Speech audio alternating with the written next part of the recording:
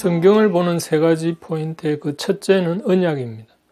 앞선 영상에서 말했지만 성경은 하나님이 우리 인간에게 전해주는 구원 계시라고 했죠.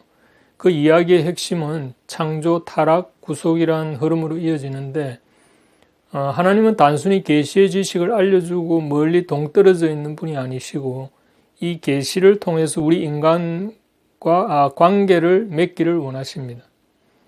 그래서 계시의 말씀을 주시면서 인간과의 그 관계를 지속시키는 수단으로 이 약속이란 장치를 만드십니다. 왜냐하면 이 약속이란 것 자체가 어떤 관계를 맺고 그 관계를 지속시키는 수단이기 때문이죠. 그래서 성경은 구약과 신약이라는 두 약속 형태의 책입니다.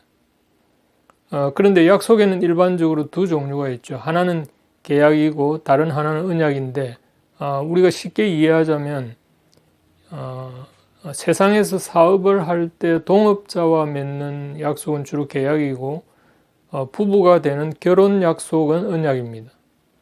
이를테면 사람이 결혼을 한다는 것은 이 남남이 만나서 평생 함께 관계를 지속하자는 약속인데 이것은 언약적 약속이라고 할 수 있습니다.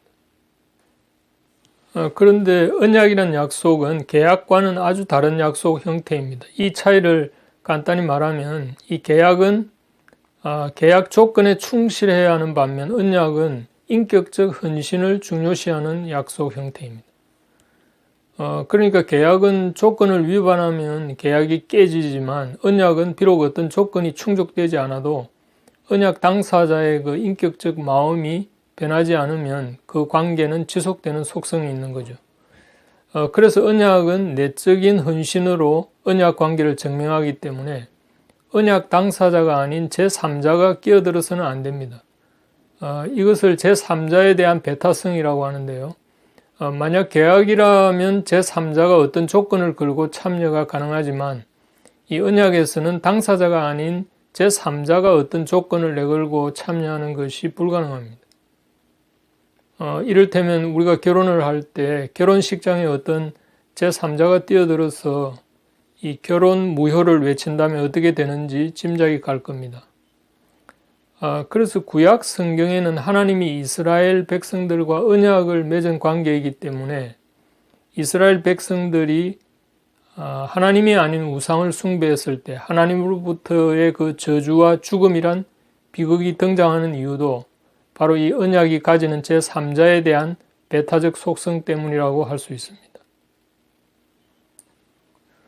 이를테면 레위기에 보면 제사장 아론의 두 아들 나답과 아비후가 이 하나님이 명하지 않은 불로 제단에 분향하는 바람에 죽음을 당하는데 언뜻 보면 우리는 이해하기 어려운 부분입니다. 그러나 하나님과 이스라엘 간의 언약 관계 속에서 보면 이 죄인인 인간이 거룩한 신랑 대신 하나님 앞에 나아갈 때는 정한 절차를 밟아 이 거룩한 모습으로 나아가지 않으면 절대로 안 된다는 교훈을 주고 있는 거죠.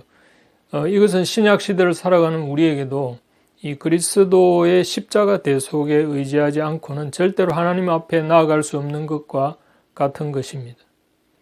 이 마찬가지로 십계명 가운데 간음하지 말라는 계명이 나오는데 이 언약적 토대를 전제로 하지 않는 사람은 당장 다음과 같이 생각하겠죠. 간음하지 말라고? 서로 합의하면 뭐가 문제야? 라고 딴지를 걸 겁니다. 더구나 지금처럼 간통죄가 폐지된 세상에 간음하지 말라는 계명은 현대인들에게 의아하게 여겨질 수 있겠죠. 그러나 어떻든 지금 간통죄가 폐지되긴 했지만 여전히 이 결혼한 사람이 간음을 하면 그것은 배우자에게는 아주 큰 죄가 됩니다.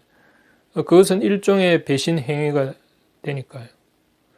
그래서 간음하지 말라는 이 계명은 이 하나님이 이스라엘 백성들을 애굽의 노예로 살던 속박 생활에서 해방시켜 준 후에 그들의 조상 아브라함 때 맺은 언약을 상기시키면서 하나님 자신이 이스라엘을 구원한 신랑으로서 신부인 이스라엘에게 준 계명과 같은 겁니다.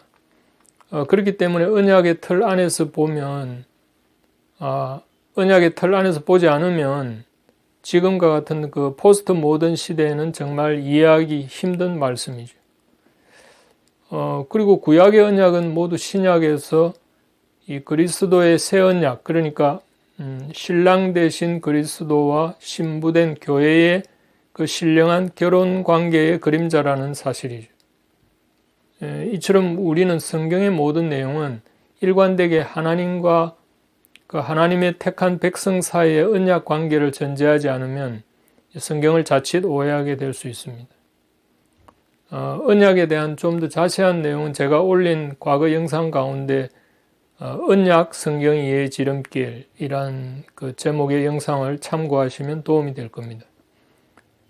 다음 편에서는 성경 해석의 둘째 포인트인 그리스도에 관한 내용을 살펴보겠습니다.